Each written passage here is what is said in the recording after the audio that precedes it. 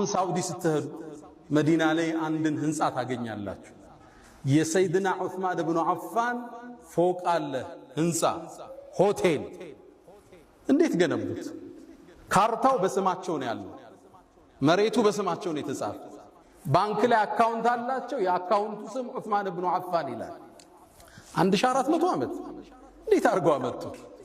ነገሩ ወዲህ ነው። ነቢዩ ዓለይሂ ሰላቱ ወሰላም ሰሃቦቹን ይዘው ወደ መዲና ሲገቡ መዲና ላይ የሚጠቀሙበት ጣፋጭ ውሃ አለ፣ ቢዕሩ ሩማህ ይባላል። ይሄን ደግሞ የያዘው ባለቤቱ አንድ ይሁዳ ነው። ሰሃቦቹ በጣም ገቡ። ውሃ ለመጠጣት ትንሽ ሲቀዱ አንድ እፍኝ ቴምር ይከፍሉት ነበር። ሰሃቦቹ ደግሞ ስደተኛ ናቸው፣ ብር የላቸው።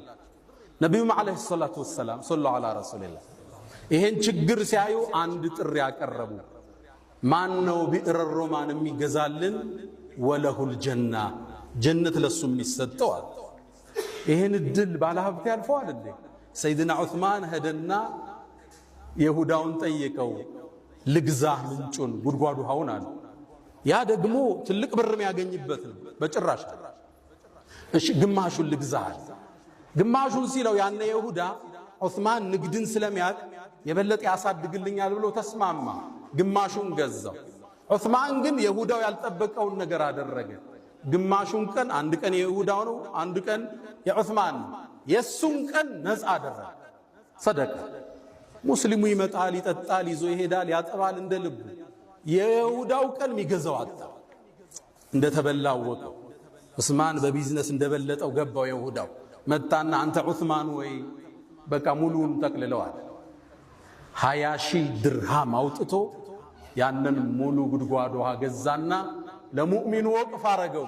ለነቢዩ መጣና የአላህ መልእክተኛ ይሄው ይሄ ጉድጓድ ውሃ ለአላህ አድርጌዋለሁ አላቸው። ጀነትን ተረከበ ዑስማን። ያነ ወንዝ ዙሪያ ላይ ያነ ምንጩ ጥግ የተተከሉ የቴምር ዛፎች አሉ። 1500 ደርሰዋል። ለአለፈው 1400 ዓመት ከነዚህ ዛፎች ቴምር እየተቆረጠ ገቢው ግማሹ ይቀመጥለታል፣ ግማሹ ለየቲሞችና ለምስኪኖች ይሰጣል። በሂደት ዑስማንያዎቹ ሲያስተላልፉት አለ ስዑድ ጋር ደረስ። ያሁኑ ሳዑዲ ላይ ብሩ አለ። ምን ይደረግ? መሬት ገዙበት፣ ፎቅም ገነቡበት። አሁን ይሄ ፎቅ አለ። በአመት ውስጥ ይሄ ፎቅ 50 ሚሊዮን ሪያል ገቢ አለ። 5 ስታር ሆቴል። ገቢው ወቅፍ ነው ለአላህ ፊሰቢልላህ። በኢትዮጵያ ወደ 2 ቢሊዮን በየአመቱ ያስገባል ይሄ ፎቅ።